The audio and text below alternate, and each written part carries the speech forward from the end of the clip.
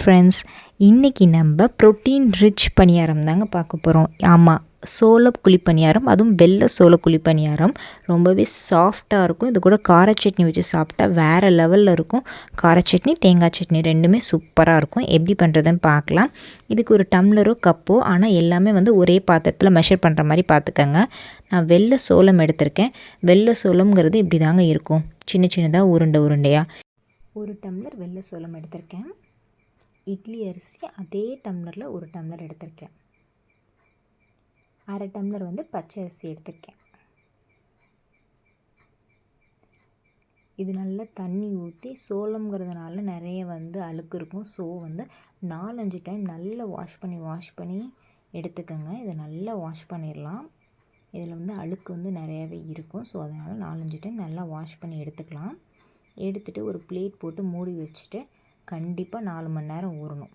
அதே டம்ளரில் அரை டம்ளர் உளுந்தும் 1 டீஸ்பூன் வெந்தயமும் சேர்த்துருக்கேன். இது ஒரு 3 மணி நேரம் கிட்ட ஊறினா போதும். இப்போ உளுந்து நல்லா ஊறிச்சு. நம்ம அதை வாஷ் பண்ணிவிட்டு நம்ம மிக்ஸி ஜாரில் மாற்றிக்கலாம். இது லைட்டாக தண்ணி ஊற்றி நல்லா இந்த மாதிரி தோசை மாவு பதத்துக்கு நம்ம அரைச்சி தனியாக எடுத்துக்கலாம். அடுத்தது நம்ம இது பண்ண வெள்ளை சோளமும் அரிசியும் அதையும் இது மாதிரி அரைச்சி எடுத்துக்கலாம். மொத்தம் 2 பேட்ச் வந்துச்சு. சூப்பராக அரைச்சி எடுத்தாச்சு. அடுத்தது இதுக்கு தேவையான அளவு உப்பு. நீங்கள் கல்லுப்பு போடுங்க, டேஸ்ட் நல்லாயிருக்கும் தூளுப்பு விட. ஸோ கல்லுப்பு போட்டு நல்லா மிக்ஸ் பண்ணுங்கள். ரெண்டுத்தையும் நல்லா மிக்ஸ் பண்ணால் தான் நம்மளுக்கு பணியாரம் நல்லா சாஃப்டாக கிடைக்கும்.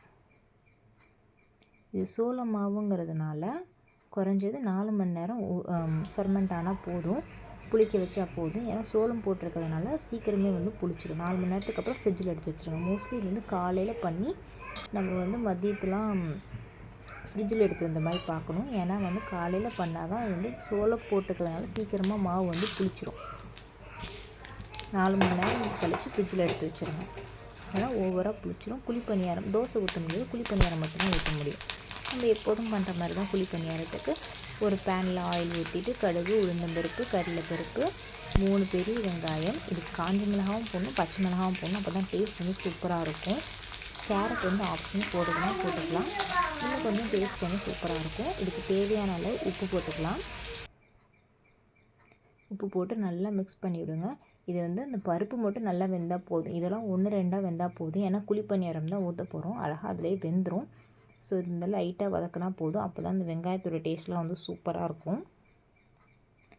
இந்த அளவுக்கு வதங்கிருச்சு. அப்புறம் உங்களுக்கு பார்த்தாவே தெரியும், வெங்காயம்லாம் அந்த அளவுக்கு வதங்க தேவையில்லை.